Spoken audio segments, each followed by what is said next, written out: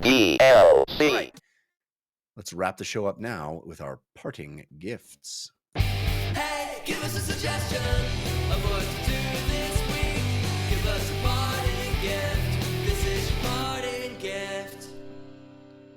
Chastity, do you have a suggestion to help people get through their week? I sure do. I've got one for theaters and one for at home. But the first one, I'd really, really, really want everyone to see Godzilla -1. It's incredible. Have either of you seen it? I have. It's awesome. Oh, what a film! It's so good. Oh, I saw it recently, but I think it might be my favorite film of 2023.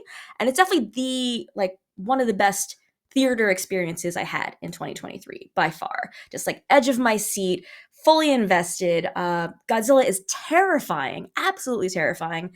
And also, you can swap out Godzilla with literally any other threat or monster, and it would still be a good film about humans. It's just a very, very good story that finally identifies a main character at the very beginning. I know who I'm supposed to be following, and I get fully invested in what is going on in this character's life and for the humans that are there. Because usually when I'm watching Godzilla movies, certainly the ones that were in the US, there's so much destruction. You're like, yeah, surely hundreds, thousands of people must have died, but you don't care about it as much because it's just kind of a spectacle. But in this film, it's so brutal.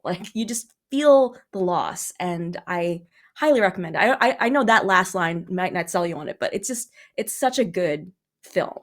For action, for just heartwarming story. Go check it out. Couldn't agree more. It is so excellent, and it does all the big bombastic stuff you want out of a giant monster movie, a Godzilla movie. It does all that right. But you're right. The biggest surprise is that, it's also a really good movie. Right, yeah. The humans are interesting. Well written. Yeah. And what's the other one? Oh, yeah. And on Netflix, Blue Eye Samurai is something I'm watching currently. Excellent. Very, very well animated. And it's got a great voice cast as well.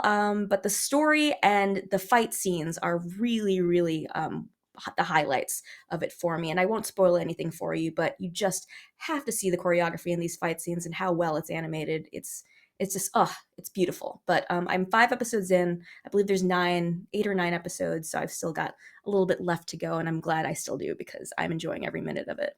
That's Blue Eye Samurai on video game platform Netflix. We're really doing it for them this episode. We're selling it. Yeah. Christian Spicer, what is your parting gift? My parting gift is something that is not excellent, but oh boy, is it good. And I will die on its good hill. And that's Reacher Season 2. I think I sang Reacher Season 1's praises when I was a guest on Filmcast, whenever that was, when Reacher Season 1 was out. And Season 2 is so much better than Season 1. Season 1 was, schlocky, good fun, but it also kind of veered this little too far on the side of being like, we're on streaming, here's male full frontal, also someone crucified. And you're like, tonally, that doesn't work for this show, but you showed it to me anyway. And Season 2 gives Reacher a crew to work with, so it's not just him, showing up into town and beating up dudes. Now he's got a crew of people that he goes around town and beats up dudes with. It's set in New York, which I think really helps the show find its footing in terms of a dense urban environment. Makes car chases more exciting than a small town in Georgia or wherever Season 1 was. It fixes a lot of the problems of Season 1, but it is still just dumb fun.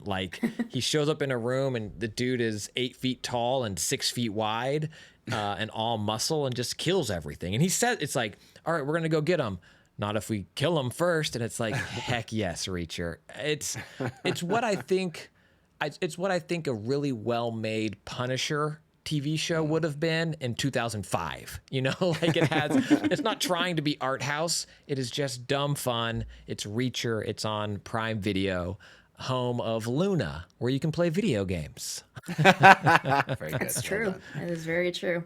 I also have a streaming television show to recommend, but before I do that, quick shout out, because I wasn't sure if I had mentioned this before or if someone else had mentioned it before.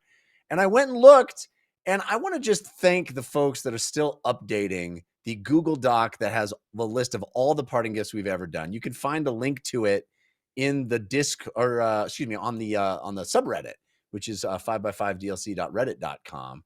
Also in the Thank you. Discord, if you go to links or the top or home, like all that stuff is beautifully pinned and linked in the Discord as well. There are the parting gifts all the way back to episode 37, and we're on episode 528 right now, I think. So every parting gift that has ever been mentioned by us, by our guests, by the people that write in, it's all there. A wonderful, wonderful resource. Thank you, folks that are continuing to update that. It's awesome that you're doing that. Okay, so I did find out that I hadn't mentioned this yet, and I have been loving it. My wife and I have been loving it. It's a show called The Curse. It's streaming on Paramount Plus, where there are no video games to play, but it barely even things to watch streaming wise, for that matter. Although there is a Halo TV show, but Star Trek. Lots of Star Trek. Lots of Star Trek. Fair point. Anyway, I am a happy subscriber to Paramount Plus because there's always seems to be a show here or there that I want to watch, and The Curse has been the current one. This is Nathan Fielder and oh gosh, what's her name? Emma Stone. Emma Stone. Thank you.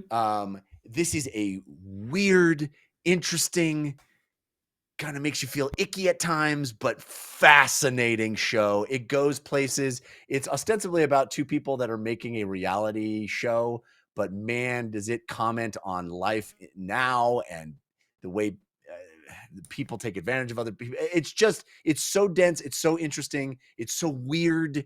It's so beautiful. The Curse, highest possible recommendation. It's on Paramount Plus. I will say that as a warning, it is kind of an uncomfortable watch. Super if you get uncomfortable, stressed out. And so just think about how Nathan For You makes you feel, and then combine that with the powers of the Safdie brothers, because Benny Safdie is also involved, and how their films make you feel. And then they somehow combine that uncomfortable energy together into a super ball of uncomfortable energy in the pit of your stomach as you watch these episodes. And I'm not able to watch more than one episode at a time. I have to take breaks. I'm just like, I was so uncomfortable. I need to take a break, and I need a palate cleanser right now. Like, I need to watch Bake Off because I need to relax. That was that's so where stressful. You and I different. I just revel in the discomfort. I'm just like, oh, it's so wrong. Yes, no, I think, but it's good. But it's good. Appreciate the note of warning because it's certainly not for everybody, but I think this show is genius. I think it's genius. on the Showtime tier of Paramount Plus because there is a video game on Paramount Plus. Which version of Paramount Plus do you have? I don't think there's any different. I think they're one and the same now. I think they merged. They're totally together. I know that there's a time where it's like up your price to be whatever. Yes. Whatever. Because I used to not be able to watch Yellow Jackets because it was on the Showtime tier, and now they've merged so I can watch The Curse. It's all the thing. I think it's called Paramount Plus featuring Showtime or something like that, which is like really, which one of those has more cultural cachet? The 40 years of building up Showtime into a thing, or the 15 minutes that Paramount Plus has been a thing? Anyway, that's neither here nor there. All right. We got a listener suggested parting gift. This was sent in to dlcfeedback@gmail.com. This was sent to us by Dawn from Milwaukee, Wisconsin. Dawn writes, I know Jeff, like myself, grew up playing classic computer role-playing game series like The Bard's Tale, Ultima, and Baldur's Gate. The CRPG book, A Guide to Computer Role-Playing Games, is a mammoth 700-page coffee table book that covers the history of the genre from 1975 all the way through Disco Elysium in 2019. In addition to breakdowns for almost every game imaginable, it incorporates developer insights, information on mods created for each game, and suggestions on how you can access and still play most games on modern systems. Scorpia, the much-loved 1980s era CRPG columnist from Computer Gaming World, by the way, the reason I'm doing what I do today is Scorpia. End of story. I could tell that story some other time, but Scorpia is the reason. Shaped my entire career. Anyway, columnist from Computer Gaming World magazine even returns to write a chapter on creating hand-drawn graph paper maps before the advent of auto mapping in games. The book incorporates thousands of images, screenshots, maps, box art, etc. There's even a chapter titled Games We'll Never Play, with discussions and screenshots from dozens of lost games, including the original Fallout 3, Bard's Tale 4, and an entire Ultima 8 expansion that was 100% complete and never released. It's clearly a book created with a love for the genre and one any CRPG fan will enjoy. However, I've saved the best for last. If money is tight, no worries, you can get it absolutely free. The CRPG Book Project is a WordPress site that chronicles the writing of the book and offers a PDF version at no charge. It's crpgbook.wordpress.com. That being said, the hardcover print of the book available at Bitmap Books is beautifully done, and at $46 is a bargain. Even better, the author is giving all proceeds from purchases of the hardcover book to charity. Best wishes, Dawn. How cool. How cool.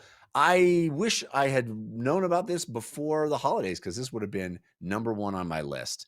But certainly something I'm intending to pick up. What a cool thing. Thanks for the heads up, Dawn. If you'd like to have your parting gift read on the show, send it to us, dlcfeedback@gmail.com.